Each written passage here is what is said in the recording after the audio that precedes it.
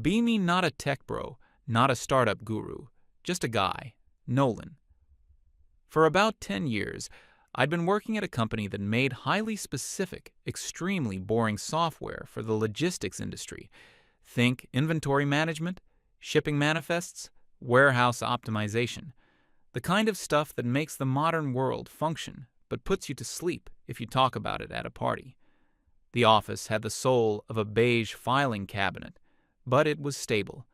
We were profitable. Very profitable. Life was predictable. I get in, I write code, I fix bugs, I go home.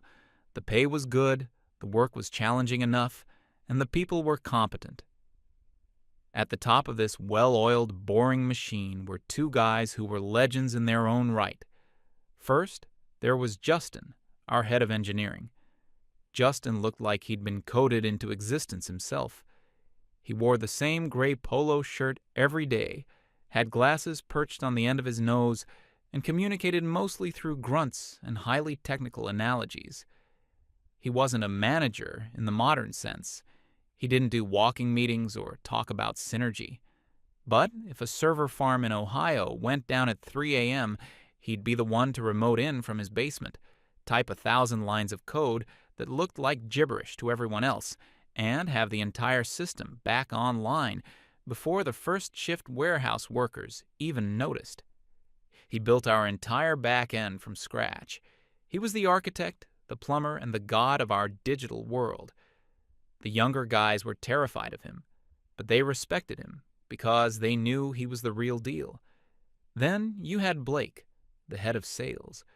Blake was the complete opposite of Justin. He was all charisma and handshakes.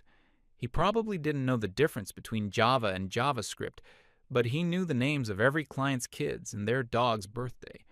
He was the guy who could turn a cold call into a 7-figure contract over a round of golf. He'd been with the company since the beginning, and something like 80% of our revenue came from relationships he had personally built over 2 decades. He remembered that one client's son was graduating from college and sent a gift. He knew another client was a huge fan of a niche sports team and would send him articles about them.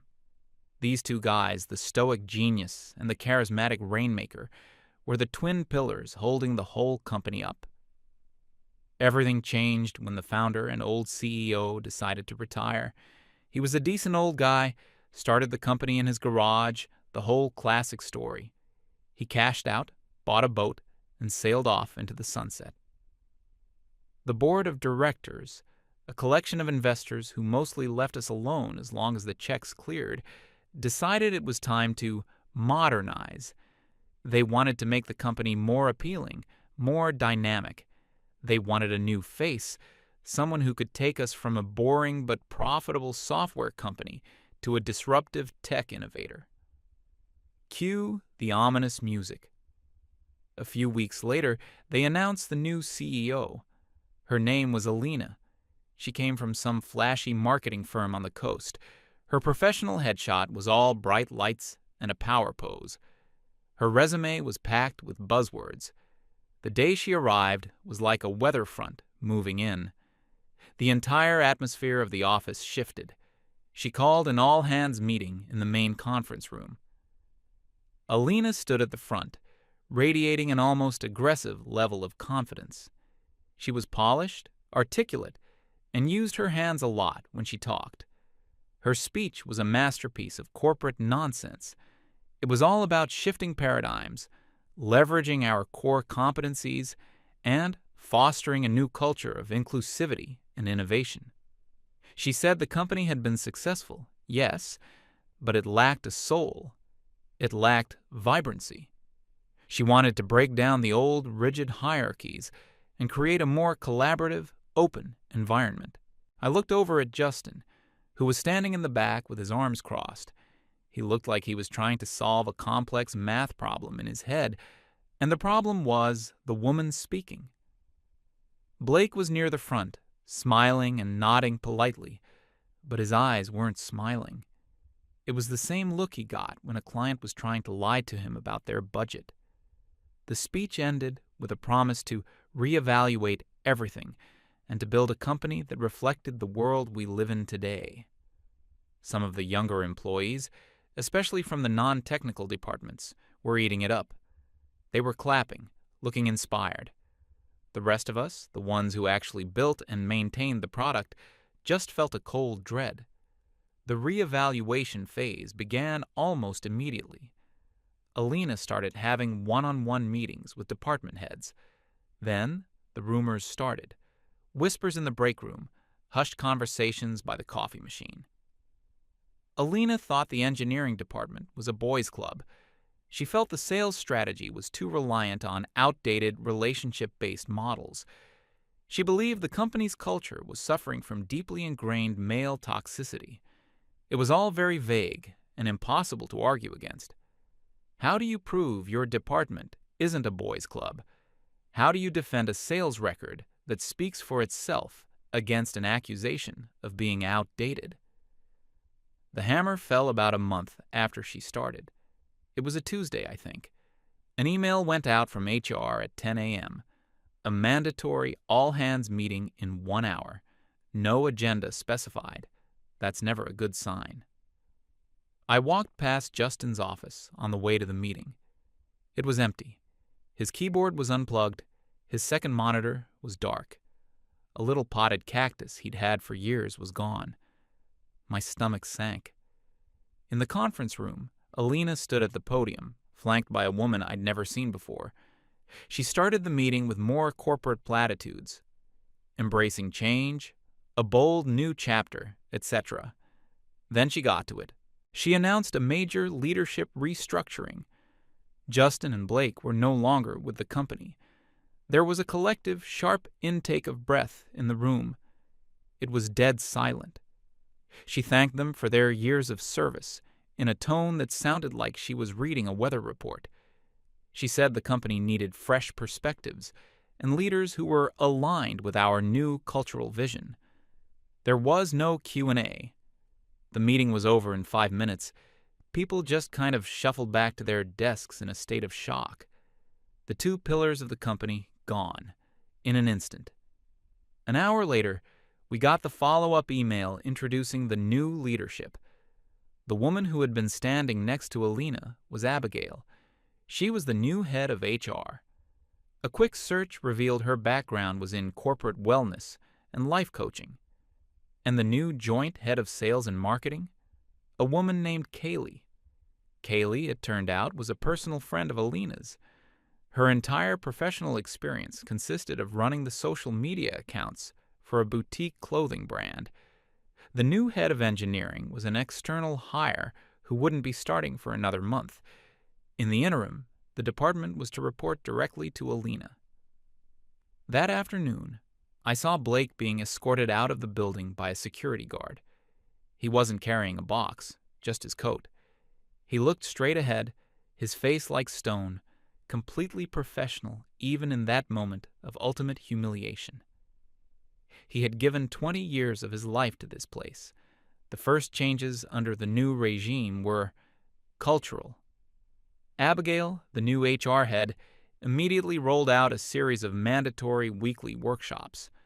The topics were things like unpacking unconscious bias and fostering psychological safety. In practice, they were 2-hour sessions where Abigail would talk in circles using therapy speak, and we'd have to do awkward role-playing exercises. The underlying message was always the same. The company's old culture was problematic, and the male employees were the primary source of the problem. We were told our communication style could be perceived as aggressive, that we needed to be more emotionally available in our professional interactions. It was exhausting. Productivity plummeted on workshop days because nobody could get any real work done. Meanwhile, Kaylee, the new sales and marketing chief, was on a rebranding spree.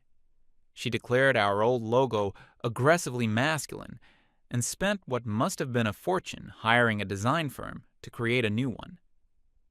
The result was a pastel-colored swoosh that looked like something you'd see on a box of herbal tea.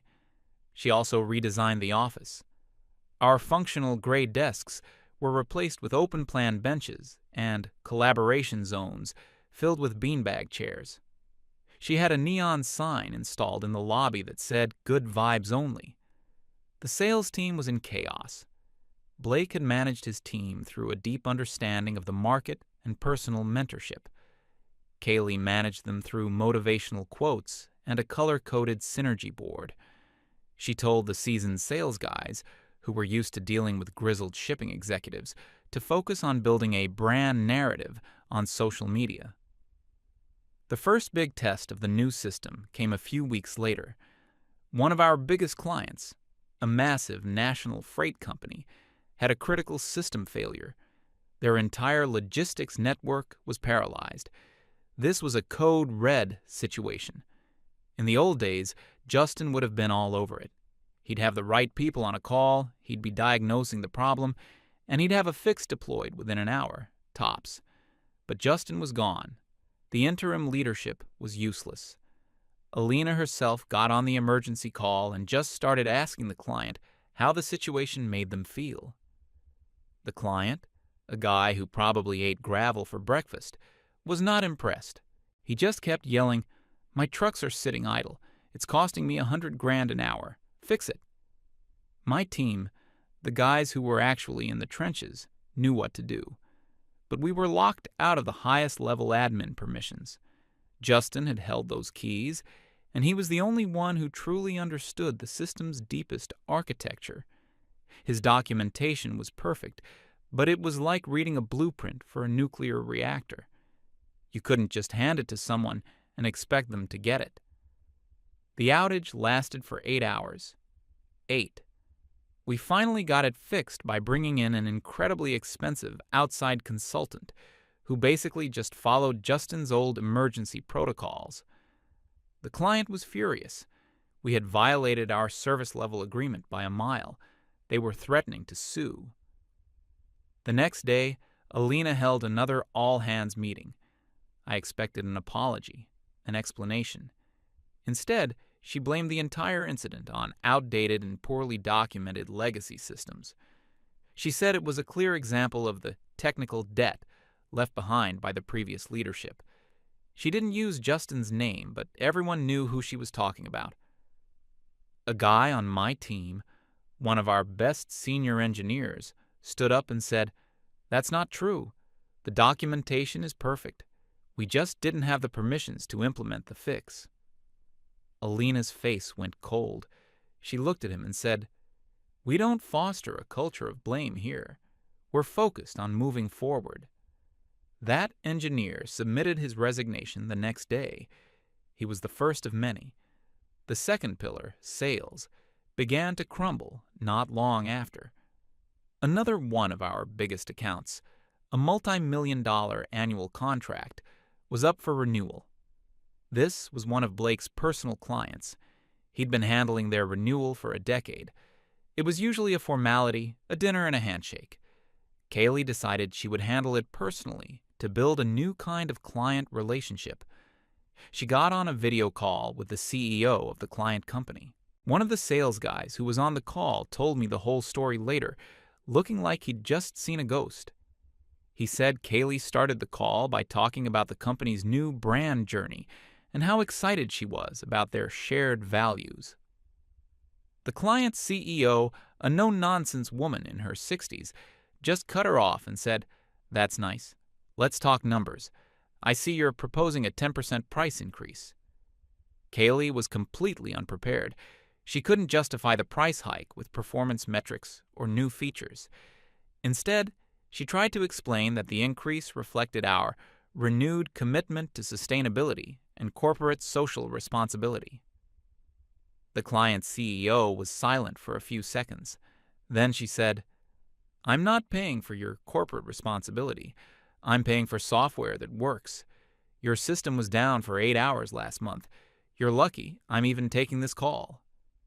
Kaylee apparently started fumbling, talking about the challenges of transitioning and how they were building a more robust future.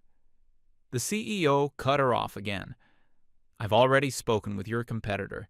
They're offering me a better price and a guaranteed uptime. I've also spoken with Blake. He started his own consulting firm. He's going to help us with the transition." And with that, She ended the call, just like that. A multi-million-dollar client gone, poached by the very man they had humiliated and thrown out. When the news spread through the office, the mood turned funereal. This wasn't just a hiccup anymore. This was a 5-alarm fire. We were losing our best engineers. We were losing our biggest clients. The company was actively bleeding. Alina's response was to double down. She sent out a company-wide memo. The memo didn't mention the lost client. Instead, it talked about the exciting challenge of re-engaging the marketplace with our new vision. It blamed the recent headwinds on market resistance to change and the lingering effects of a toxic, sales-at-all-costs culture. It was completely detached from reality. It was like the captain of the Titanic sending a memo about how exciting it is to be testing the ship's buoyancy. The remaining good people started updating their resumes. You could feel it. The quiet hum of competence that had defined the company for years was gone. It was replaced by a mixture of panic, absurdity, and gallows humor. We all knew where this was heading. I decided to stay. I don't know why. Maybe it was morbid curiosity. Maybe I'd been there so long it felt like my ship to go down with. I wanted to see the end. And that was all in the first couple of months. The real fireworks, the grand finale of the whole circus, hadn't even started yet. We still had the quarterly financial report to look forward to. The weeks leading up to the quarterly report were surreal. It was like watching a slow-motion car crash where the driver is smiling and talking about how great the scenery is. Abigail's HR initiatives went into overdrive. We now had mandatory Mindfulness Mondays. This was an hour blocked out on everyone's calendar where we were supposed to sit in a conference room with the lights dimmed while Abigail played a recording of ocean sounds and guided us through a meditation. Most of the engineers just sat there with their eyes open, mentally debugging code. It was the most stressful relaxation I've ever experienced. She also implemented an anonymous feedback portal. In theory, it was for constructive criticism. In reality, it became a weapon. People would get called into meetings with Abigail over things like their tone in an email or for exhibiting dismissive body language during a presentation. It was all completely subjective and impossible to defend against. A colleague of mine was written up because he sighed during a meeting. It was flagged in the feedback portal as creating a negative energy field. I am not making that up. The office became a minefield of unspoken rules. People stopped talking to each other in the hallways. Every conversation felt risky. Meanwhile, Kaylee was burning through the marketing budget like it was a personal challenge. She decided our target audience wasn't middle-aged logistics managers anymore. It was the next generation of supply chain innovators. To reach them, she launched a TikTok channel. She hired a team of young, trendy video creators to make short clips about our enterprise-level inventory management software. The videos were baffling. One was a dance challenge using a barcode scanner as a prop. Another was a lip-sync video where an actor pretended to be a shipping pallet talking about its feelings. It was profoundly, deeply cringe-inducing, and it generated exactly 0 sales leads. But it got a lot of views, so Kaylee presented it as a massive success.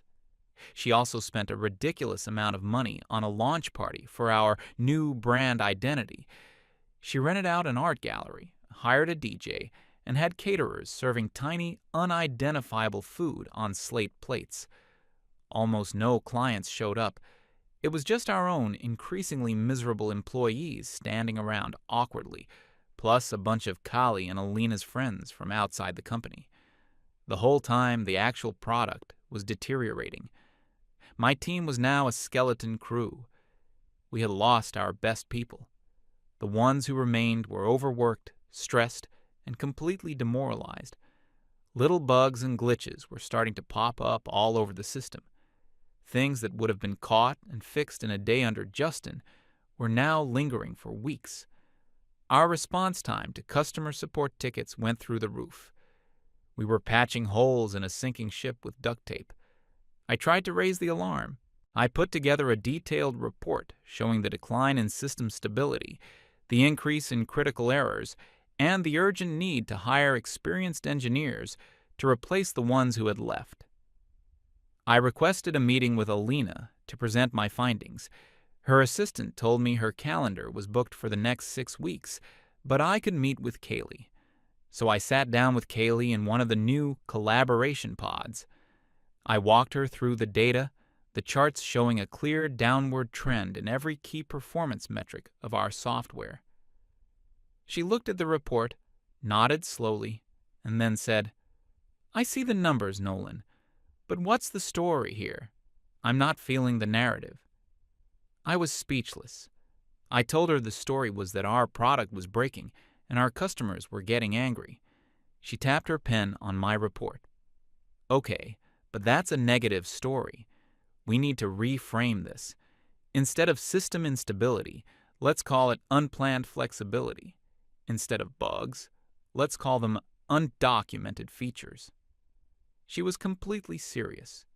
She then told me that the real priority wasn't fixing the old system, but developing a blue sky project she and Alina had dreamed up. It was some vague idea about integrating blockchain and AI into our platform. It had no clear purpose, no business plan, and was technically impossible with our current infrastructure. It was pure fantasy, but it was what they were excited about. I left that meeting knowing, with absolute certainty, that the company was doomed. They weren't just incompetent, they were actively hostile to reality. The atmosphere in the office grew darker. The empty desks of former colleagues were like missing teeth in a grim smile. The remaining sales guys were drinking their lunch. The finance department looked like they were perpetually attending a wake. Alina, Kaylee, and Abigail seemed to exist in a different dimension. They were always laughing, walking around the office with smoothies, talking about their weekend plans. They would huddle together in Alina's glass-walled office, which Kaylee had redecorated with throw pillows and a big fluffy rug. They had created their own little bubble, and the sounds of the company collapsing couldn't penetrate it. Finally, the day of the quarterly board meeting arrived. You could feel the tension in the air. It was a heavy, static charge. The board members started to arrive in the morning. They were mostly older men in serious, expensive suits. They didn't smile. They walked through our newly vibrant office with expressions of quiet concern, looking at the beanbag chairs and the neon sign like they were artifacts from another planet. They filed into the main boardroom, the one reserved for the most important meetings. Alina walked in with Kaylee and Abigail, all of them looking confident and cheerful. The meeting was scheduled for 2 hours. I was at my desk, trying to work, but mostly just staring at the closed boardroom door, when a friend of mine from the finance department, a guy named Sam, sent me a message. Sam was one of the good ones, a quiet, numbers-obsessed guy who had been with the company for 15 years. His message just said, "The numbers are in. It's a bloodbath." A few minutes later, he messaged again. "She's starting the presentation." For the next hour, there was silence. Then, through the thick, soundproof door of the boardroom, I heard a muffled but distinct sound. It was a raised voice, Alina's voice. It wasn't the calm, confident tone she used in meetings. It was sharp, high-pitched. Then another voice, a low male rumble, cut her off. Then Alina's voice again, louder this time, shrill. Something was going very, very wrong in there. Everyone in the main office area had stopped working. We were all just frozen, listening. The meeting ended 45 minutes early. The door opened, and the board members filed out. Their faces were grim. One of them was shaking his head slowly. They didn't look at anyone. They just walked straight to the elevators. A few minutes later, Sam came out. He walked over to my desk. His face was pale, and his hands were shaking slightly. "You are not going to believe what just happened," he whispered. He told me everything. Alina had started the presentation, with a 10-minute video produced by Kaylee's team. It was full of slick graphics, upbeat music, and clips of their TikToks. It was all about the new energy and brand engagement. When the video finished, she put up a slide showing our social media metrics. Follower counts were up, engagement was up. She presented this as a major victory. Then the chairman of the board, a notoriously tough, old-school industrialist, had interrupted her. He hadn't been angry. He had been ice cold. He told her to put the real numbers on the screen. Revenue, profit, customer retention. Alina seemed flustered, but she switched to the financial slides. Sam said the room went completely silent. Revenue hadn't just dipped. It had fallen off a cliff, down over 40% for the quarter. We weren't just unprofitable. We had burned through nearly all of the company's cash reserves. We were weeks away from not being able to make payroll. Customer retention was the worst in the company's history. We were losing customers faster than we could count. The chairman let the numbers hang in the air for a moment. Then he asked a very simple question. "Can you explain this?" And that's when Alina lost it. According to Sam, it started with excuses. She blamed the numbers on the economic climate. She blamed them on the turbulent transition. The chairman wasn't buying it. He pointed out that our direct competitors were all seeing record growth. It wasn't the economy, it was us. He then brought up the loss of the 2 major clients. He asked her to explain the 8-hour system outage. Alina's composure started to crack. She abandoned the corporate speak and went on the attack. She said the board couldn't possibly understand the nuances of building a modern, progressive workplace. She claimed the outage was a direct result of the deliberately confusing and undocumented mess that Justin had left behind. She said the big client had left because Blake had an unethical and inappropriately close relationship with them and had sabotaged Kaylee's efforts. She was throwing everyone she had fired under the bus. The chairman remained calm. He pointed out that Justin's documentation was industry standard and that Blake's unethical relationship had been the source of $100 million in revenue over the last decade. That's when the dam broke completely. Alina stood up and started yelling. Sam said it was shocking. She wasn't just angry, she was hysterical. She accused them of undermining her from day one. She screamed that this was a classic example of the patriarchy trying to tear down a powerful woman. She said they were all suffering from unconscious bias and couldn't handle her disruptive leadership style. Her voice got louder and louder, echoing in the silent boardroom. She started pacing back and forth, gesturing wildly. She said the company's real problem wasn't the financial loss. It was the deeply rooted toxic masculinity of the employees who had resisted her vision. She claimed there had been a coordinated effort, a sabotage campaign, led by the people who had left. It was a full-blown, paranoid meltdown. She was blaming everyone and everything except herself. The board just sat there and watched. They let her go on for almost 10 minutes, a long, rambling, incoherent tirade. When she finally ran out of breath, her face red and tears streaming down her cheeks, the chairman waited a beat. Then he looked at her, his expression unchanged, and said 3 words. "We are done." He turned to the rest of the board, all in favor of immediate termination for cause. Every hand went up. He looked back at Alina. "Your employment is terminated, effective immediately. Please gather your personal belongings. Security will escort you from the premises." The story finished. Sam just stood there, looking shell-shocked. 5 minutes later, we saw it for ourselves. 2 security guards, guys we usually only saw at the front desk, walked into Alina's glass office. She was just standing in the middle of the room, staring into space. They spoke to her, and then she slowly started putting a few things from her desk into her designer handbag. They walked her out, right through the middle of the open-plan office. She didn't look at anyone. Her face was puffy and blotchy. The aggressive confidence was gone. She just looked small. As she passed the neon "Good Vibes Only" sign, it flickered. It felt like a punchline from a dark comedy. An email from the chairman of the board hit our inboxes 15 minutes later. It was short and to the point. Alina was no longer CEO.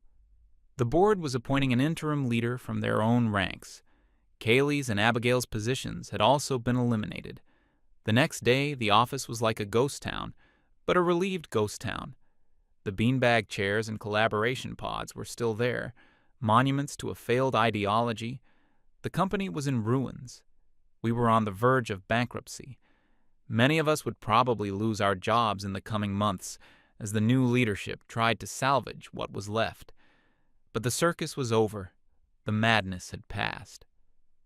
A week later, out of morbid curiosity, I did a search for Justin and Blake. I found it almost immediately. They had started a new strategic consulting firm together. J&B Solutions. Simple, direct, no pastel swoosh. Their website was basic but professional. It listed their services: technical infrastructure overhaul, enterprise sales strategy, crisis management, and right there on the front page was a testimonial. It was from the CEO of that huge national freight company, the client we lost after the 8-hour outage. It praised J&B for their unparalleled expertise and swift, decisive action in stabilizing their systems. I looked a bit deeper. I found an industry news article. Their first and biggest client was the multi-million-dollar account Kaylee had lost.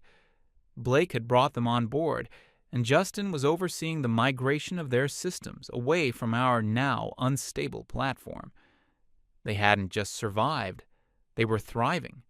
They were picking up the pieces that Alina had shattered and building something new and successful from them.